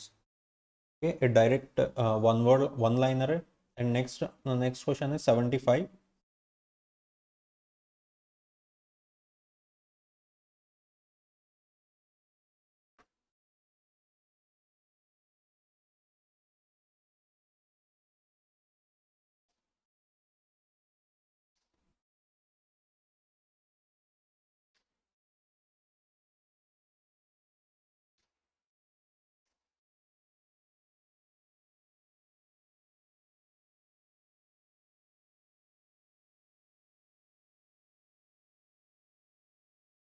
या okay 75। Which of the following statement is correct in respect of mild steel. Correct underline कीजिए and mild steel underline कीजिए। And अब question में निकलते हैं। It has high carbon content, गलत है। Mild steel में जो है उस that will be categorised as low carbon steel. Next, it is tougher than hard steel, yeah this is absolutely right. Hard toughness जो होती है that is nothing but the area under the stress strain graph. आप stress strain graph दे सकते हैं, mild steel जो है उसका expansion जो है बिफोर द फेलियर बहुत ज़्यादा होता है, सो उसकी वजह से उसकी area under the curve will be higher than the hard steel. So option उसने करेक्ट पूछा है, ऑप्शन बी करेक्ट स्टेटमेंट है, तो बी लगा लीजिए एंड आगे चलते हैं। आपको बाकी सी एंड डी पढ़ने का ज़रूरत नहीं है। ये जो मैं बता रहा हूँ बाकी स्टेटमेंट्स छोड़ने के लिए, ये आपको उस टाइम अप्लाई करना है कि जब आप एग्जाम दे रहे हो, मॉक टेस्ट ऐसा, जब आप प्रीवियस ईयर क्वेश्चन सॉल्व कर रहे हो, उस टाइम ये मेथड अप्लाई कीजिए। लेकिन उसके बाद आप बाकी पॉइंट्स को भी पढ़ लीजिए, क्योंकि बाकी जो पॉइंट्स पढ़ा हुआ है उसमें से आपको अगले साल उसके रिलेटेड सीरीज से क्वेश्चन बन सकते हैं। तो आपको major percent of the portion is covered in the classroom, and there will be still 40% will be up to you to learn from the previous year questions. So जब आप previous year question करते हो, आप मतलब answer निकालने के लिए इस तरीका यूज कीजिए, लेकिन आपका आंसर निकलने के बाद बाकी जो स्टेटमेंट्स दिया हो वो भी आप पढ़ लीजिए। मतलब आप एनालाइज कीजिए वो क्यों स्टेटमेंट मतलब क्यों नहीं करेक्ट है, क्यों करेक्ट नहीं है, या क्यों करेक्ट है। करेक्ट होने के लिए इसको कौन से मेथड सही है, वो सब आप एक क्लास नोट्स के पीछे कुछ पेजेस छोड़ लीजिए, उसमें जो प्रीवियस ईयर में आपको जो नया नया थ्योरी या नया फॉर्मूला कुछ दिखा वो एंटर कीजिए बस। ओके, ये जो मेथड है ये आपको एग्जाम में फॉलो करना है। सो एग्जाम में फॉलो करने के लिए आपको खाली टेस्ट सीरीज में इम्प्लीमेंट करना है। प्रीवियस ईयर ऐसा मत सॉल्व कीजिए, आंसर ऐसा निकाल लीजिए, लेकिन उसके बाद आप पूरा क्वेश्चन एनालाइज कीजिए अच्छे से। ओके, नेक्स्ट अब 76 में चलते हैं। The chemical composition silicates of iron and alumina is found in which of the following minerals? So this will be the garnet. ये उधर आयरन मैन्युफैक्चरिंग में आते हैं, टाइप्स ऑफ आयरन और उसमें से अगर आप वो चैप्टर पढ़ लिया तो आपको सीधा लगेगा, एंड नहीं तो छोड़ दीजिए, ये मुझे भी नहीं आता था एग्जाम में, मैंने स्किप कर दिया। नेक्स्ट आप सीधा चले जाइए 77। आप कुछ हेजिटेट करने की ज़रूरत नहीं है, आपको बहुत 150 क्वेश्चन है हमें सॉल्व करने के लिए, एंड अभी तक हमें 76 छोड़ रहा है खाली आधा क्वेश्चन आने के बाद। अब 150 तक बहुत सारे क्वेश्चन है, वो करेंगे हम पहले। नेक्स्ट 77।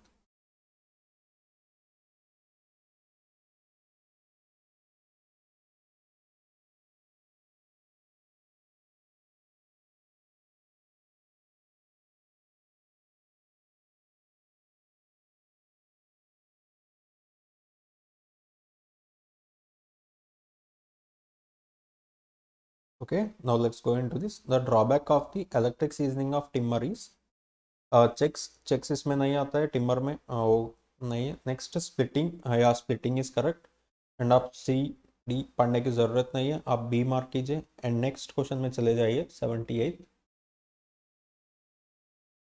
इलेक्ट्रिकल सीजनिंग जो होती है वो कम समय में आप मॉइस्चर कंटेंट को 12% तक ला रहे हैं, मतलब ये 6-7 दिन में ही ख़त्म हो जाएगा इलेक्ट्रिकल सीजनिंग। तो उसके वजह से क्या होता है, सर्कुलर पोर्शन से जैसा टिम्बर मिडिलर जो होता है वहाँ पे आपको हॉरिजॉन्टल स्पिट्स दिखेंगे। तो that will be the drawback of the electrical seasoning. 78।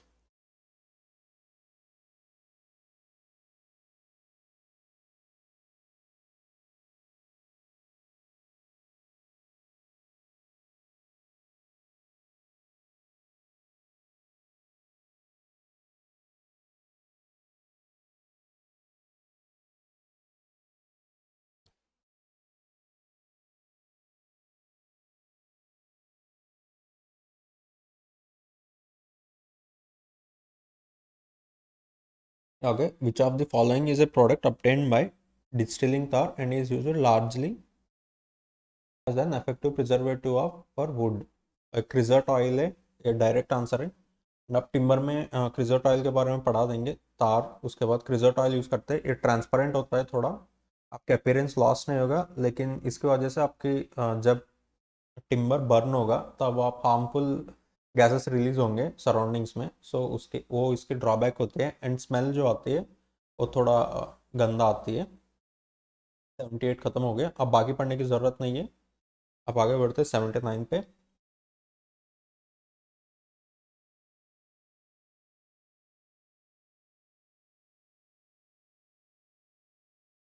तो यहाँ पे गिवन पोजोलोना सार। हाँ, तो इसमें लोगों के कंफ्यूजन हो सकता है अल्जीरियस और सिलीशियस मटेरियल्स ऑप्ट करने के लिए। कैल्शियस मटेरियल नहीं है, एक्सेलरेटर भी नहीं है। पोज़ोलाना ऐड करने से क्या होता है, फ्रेमवर्क को थोड़ा ज़्यादा देर मतलब रखना पड़ेगा, तो ये वर्कबिलिटी इंक्रीज करता है।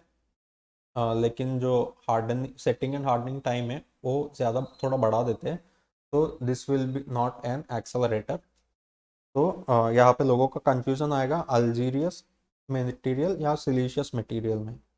तो आप देख सकते हो पोज़ोलाना का काम ये होता है, जब आप ऐड करते हो तो CaOH जो फॉर्म होता है हाइड्रेशन के बाद, उसके बाद आपको CSH जल बन जाता है। सो यहाँ पे आप देख रहे हो कि CO मतलब कैल्शियम हाइड्रोक्साइड जो है that is converted into CSH gel, मतलब CaOH को सिलिकॉन ऐड हुआ है। So pozzolana will be siliceous material. Okay, अगर आप तो ऐसा कंफ्यूजन हो गया तो आप थोड़ा उसके रिलेटेड रिएक्शन या कुछ ऐड याद कीजिए, एंड उसमें आप देख लीजिए कौन सा जो एटम ऐड हो रहा है उसको। ओके, तो this will be siliceous material.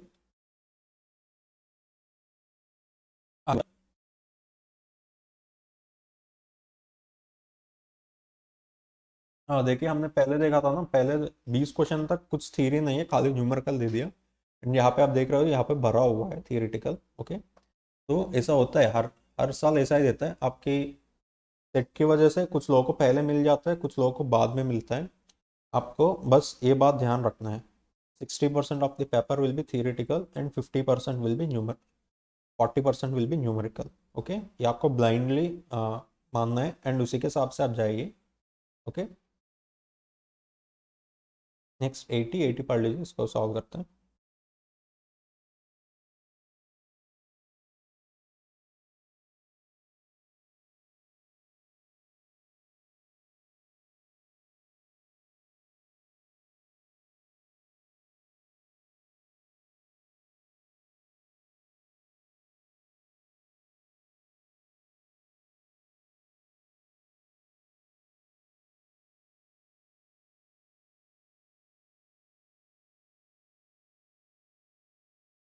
Okay, 80 में पूछ रहे हैं, for better chemical resistant proportion of which of the following compounds in cement clinker shall be increased। यहाँ पे ऑप्शन दिया है, ट्राइकैल्शियम सिलिकेट नहीं है, इनिशियल स्टेज स्ट्रेंथ देता है, हीट ऑफ हाइड्रेशन ज़्यादा देती है।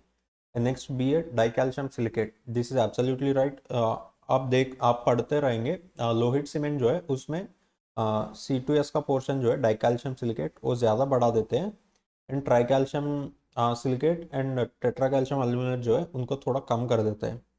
उसमें एक और पॉइंट एक्स्ट्रा आता है, the Lohit cement is also well chemically resistant, क्योंकि डाइकैल्शियम सिलिकेट हाइड्रोलिसिस के बाद 1 मोल ऑफ CaOH रिलीज होता है, एंड ट्राइकैल्शियम सिलिकेट में 2 मोल्स ऑफ CaOH रिलीज होता है।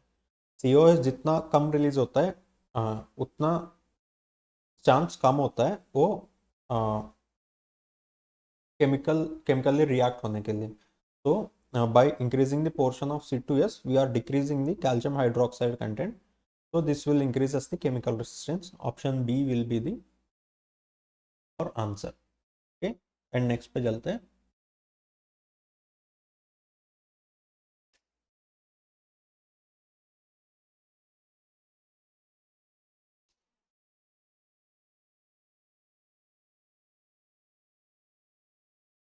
81 जो है, the finishing coat in X ray room walls is preferably B, preferably with. ये बेरियम होता है, ये मुझे पढ़ा नहीं था, लेकिन एक बात है, मैंने आप टीवी सीरीज में चेरनोबिल आपको पता है, तो उसमें दिखा देता है जब रिएक्टर बर्स्ट होती है उसमें वो सिलिकॉन और बेरियम ऐड करने के लिए कहते हैं, क्योंकि रेडिएशन ऑब्जॉर्ब करने के लिए। तो X ray, gamma rays, beta rays, ये सब रेडिएशन है एक तरीके का। एक्सरे का मतलब थोड़ा कम इंटेंसिटी होता है उनके हिसाब से। सो बेरियम प्लास्टर मैंने आंसर लगाया, मैंने उसे के हिसाब से लगा लिया था। So that will be the, that is the exact actual answer also. So for this, the finishing coat of X-ray room walls is done preferably with barium plaster. Next, 82. The most suitable type of cement for mass concreting works। ये one word answer है सीधा। मास concreting work के लिए Lohit cement use करते हैं। क्योंकि जब आपके स्ट्रक्चर जितना ज़्यादा है उतना सीमेंट का हाइड्रेशन जो है उससे टेम्परेचर बढ़ जाती है। अगर आप वहाँ पे लो हीट सीमेंट नहीं यूज़ किया तो सराउंडिंग टेम्परेचर भी बढ़ेगा, वर्किंग कंडीशंस जो होते हैं वन अनफेवरेबल होंगे। लेकिन वो मास ह्यूज स्ट्रक्चर की वजह से जब हीट ऑफ हाइड्रेशन निकलती है तब श्रिंकेज भी हो जाएगा वाटर कंटेंट कम होके, क्योंकि हाइड्रेशन के लिए हम वाटर मिक्स करते हैं। जब आप वहाँ पे अंदर जो है अगर ज़्यादा हीट रिलीज हो रहा है तो सराउंडिंग मॉइस्चर भी कम हो जाएगा, तो उसकी वजह से श्रिंकेज क्रैक्स निकलेंगे। सो उसके लिए हम low heat Portland cement use करते हैं। एंड विल बी सी पिछले साल जो भी बिल्डिंग मटेरियल से दिया था सारे वन वर्ड आंसर से सीधा है, आप देख सकते हो। लेकिन ये दिया था कहाँ पे, सेटीए में 75 के बाद दिया है। ओके, वही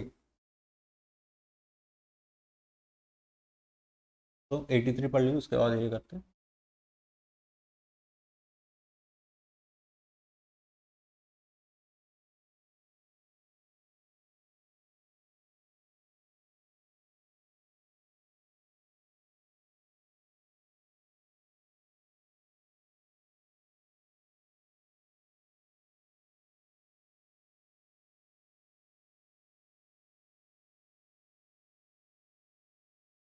हाँ 83 इसमें कह रहे हैं which one of the following non destructive test can be perform on fresh कॉन्क्रीट्स।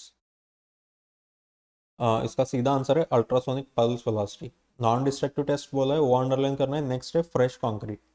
Okay, option होगा आपके अल्ट्रासोनिक, पहला ऑप्शन देख के आपको टिक करना है, बाकी पढ़ने की ज़रूरत नहीं है। अगर आप देख भी लिया तो पेनेट्रेशन टेस्ट जो आता है that is not a non destructive test, semi destructive मान सकते हैं, कोर टेस्ट नहीं है। हैमर टेस्ट जो है वो हार्डनिंग कंक्रीट पे यूज़ करते हैं, सेट एंड हार्डन के बाद फ्रेश कंक्रीट पे नहीं कर सकते।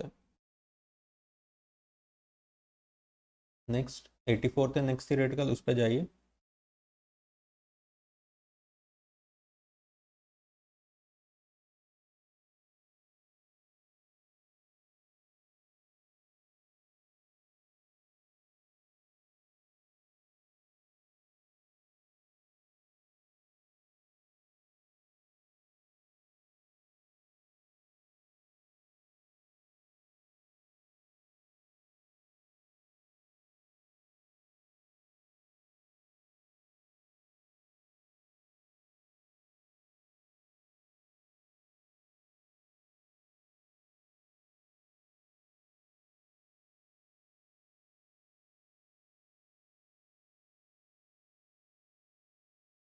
will be required if concrete, जब कंक्रीट जो है उसमें हम यूज़ करते हैं ना cement, fine aggregate, coarse aggregate.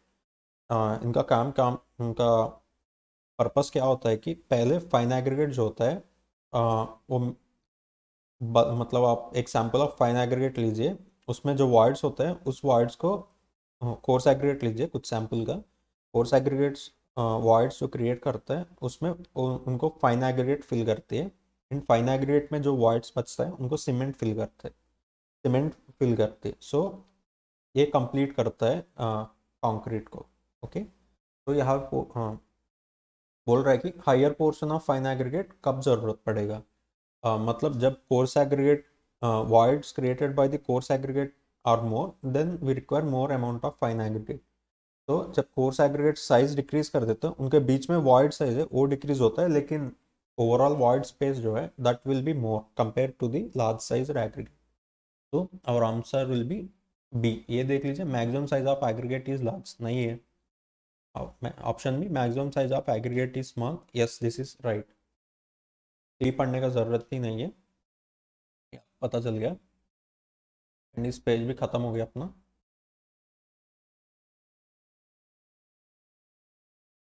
And next में भी कुछ नहीं है थियोरेटिकल। नेक्स्ट जाइए। 94 नो, 95 नो, 96।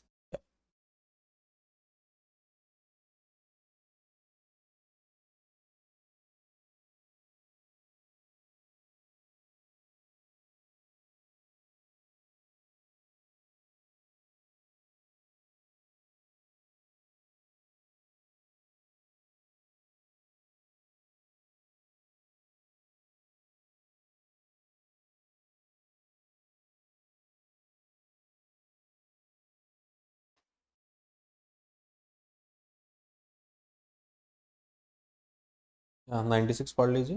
आप शुरू करते हैं। In case of lintel design, the load enclosed in an equilateral triangle is fully transferred to the lintel provided the height of the wall above the lintel is। ये जो triangular load जो transfer होती है उसको कहते हैं arching action. वो जब होती है जब इक्विलेटरल ट्रायंगल का हाइट जो होता है ना, मतलब 60 डिग्रीज एंगल में आपकी बीम की लेंथ मान लो कि एल है, 60 पे आपकी बेस, आप इक्विलेटरल ट्रायंगल मान लें with side of length L, तो उस ट्रायंगल का हाइट जो होता है दैट विल बी √3 L/2। वो जो हाइट है when that is less than 1.25 times the clearance height between the lintel beam and the slab, so then the arching action will takes place, means the entire triangular load is transferred to the lintel beam। okay, अब option पढ़ते हैं कि when not less lintel transfer to the lintel when height of the wall above lintel, जो height between the lintel and the ceiling जो है that height is not less than 1.25 times the height of the equilateral triangle। ये option सही है, सो आप ए टिक करते हैं and question यहाँ पे खत्म हो गया, बाकी पढ़ने की ज़रूरत नहीं है। This is a clause for the lintel. अगर आप लिंटल टच करोगे तो ये थोड़ा बेसिक प्रॉपर्टीज होता है। लिंटल बेसिकली एक बीम है। आप शुरुआत चैप्टर में लिमिट स्टेट मेथड से कैसा डिज़ाइन करते हो उसको भी वैसा ही डिज़ाइन करते हैं, लेकिन वो लोडिंग का क्राइटेरियास होता है बस अगर 1.25 से 1.25 इससे ज़्यादा है तो आपको पूरा यूडीएल पड़ेगा। बीम से सीलिंग तक जितना भी ब्रिक वर्क है उन सबका यूडीएल पड़ेगा। अगर उससे कम है तो आपको ट्रायंगुलर लोड पड़ेगा। बस ये दोनों क्राइटेरिया आपको, दो क्राइटेरिया आपको याद करना है, बाकी जो डिज़ाइन है that is same as beam. Next चलते हैं। नेक्स्ट अपना थियोरेटिकल आया 97, पढ़ लीजिए।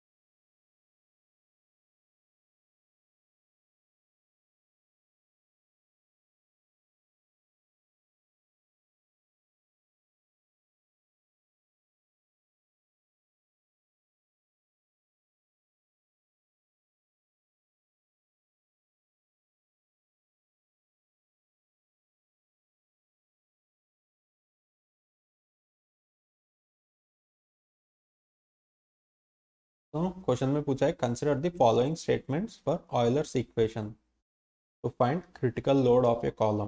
पहला दिया है critical load of a column is proportional to the flexural rigidity. Euler's equation जो होता है लोड ऑफ द कॉलम में that is given as pi square EA/KL²। Okay, A हो गया आपका एरिया, KL हो गया आपकी इफेक्टिव लेंथ। तो उस फॉर्मूला से आप पहले आप नीचे लाइन पढ़ लीजिए, उसमें देखा है which above statements are correct. Okay, अब पहला पढ़ते हैं। Critical load of the column is proportional to the flexural rigidity.